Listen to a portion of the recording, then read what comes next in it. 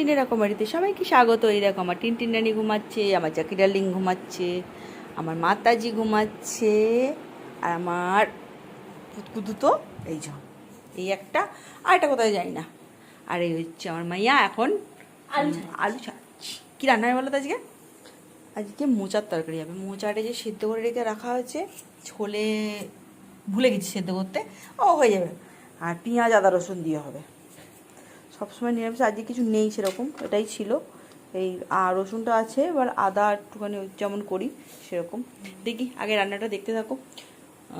এটা কিন্তু খেতে খুব সুন্দর হয়। আমি জানি না এর আগে দিয়েছি কি না, মনে হলো আরেকবার দিই, দেখা যাক। আমার ছেলে মেয়েদের সঙ্গে এই যে আমার তিন রানী আলু খেতে চলে এসেছে। বললাম না তিনটি আলু পাগল, উলি বাবলে লামদেব ব্যায়াম হয়ে গেল, ওরা আবার আলু খেতে আসবে না। আর গরম, বাপরে বাপ, আমি যে জায়গায় থাকি সেখানে গরম মানে পৃথিবীর সেরা গরম। গরমে গরমের লোক পাগল হয়ে যাবে। এদের ভাত বসিয়ে দিয়েছি, আমাদের ভাত হয়ে গেছে, আর এদের বাসন পড়ে রয়েছে, এখনও মাজা হয়নি। মাজা হবে, সব তো নিজেরাই করি, ওই জন্যে সময় নিয়ে যখন ইচ্ছা তখন করি। চলো দুখানা আলু, আরে একটা তো ওদেরকেই খাওয়াতে হবে, আর একটা দে, আমি ওদিকে রান্না করে দেখি।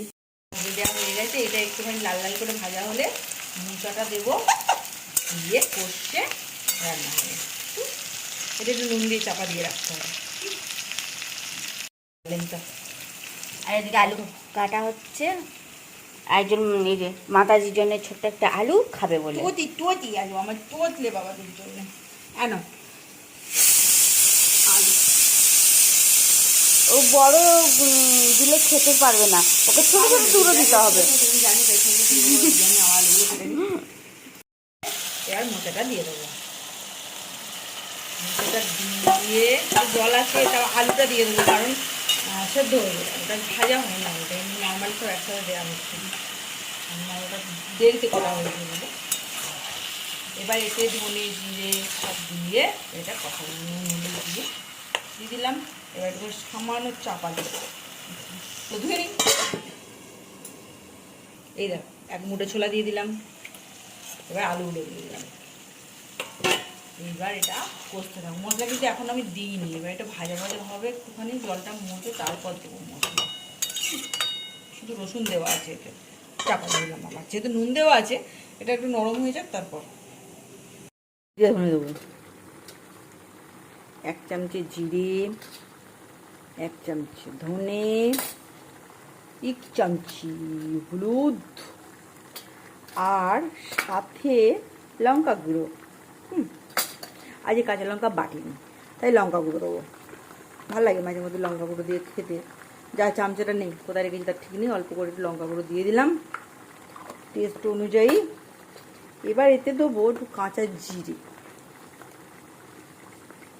কারণ মোচার নিজস্ব কোনো টেস্ট নেই, তাই মোচাকে টেস্ট আনতে গেলে অনেক কিছু দিতে লাগে। আমি যদি সব দিই না, কারণ ভাল লাগে না আমার।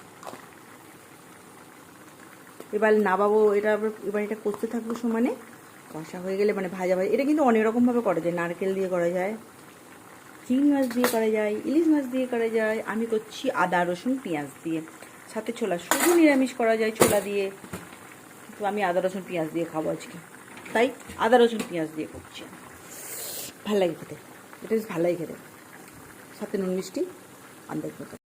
এবার এই যে আদাটা দিলাম, এখন কষাও মোটামুটি হয়ে গেছে। এবার টেস্ট করে দেখতে হবে কেমন হয়ে যায়, আদাটা এর সাথে মিশে যাক। তারপর আচ্ছা, আদাটা মেশার জন্য সামান্য একটু জল দেব, দিয়ে আবার চাপা দিয়ে রাখবো। তারপর এটা শুকনো শুকনো শুকনো করে নুন, আচ্ছা আন্দাজ মতন চিনি দিয়েছিলাম, দেখানো হয়নি ওটা, কারণ চিনি না দিলে যে বললাম মোজার নিজস্ব কোনো টেস্ট নেই, টেস্ট তৈরি করতে হয়। তবুও খাওয়া যায়, তো মোচাটা বড্ড কষা কষা লাগে ঠিকঠাক টেস্ট না করতে পারলে। এই যে দেখো হয়ে এসছে। এবার এটা আর একটু মাখা মাখা হলে ঘি আর গরম মশলা দিয়ে নামিয়ে নেবো। 1 চামচ গরম মশলা, ছোট্ট চামচ, আর একটু দেবো ঘি।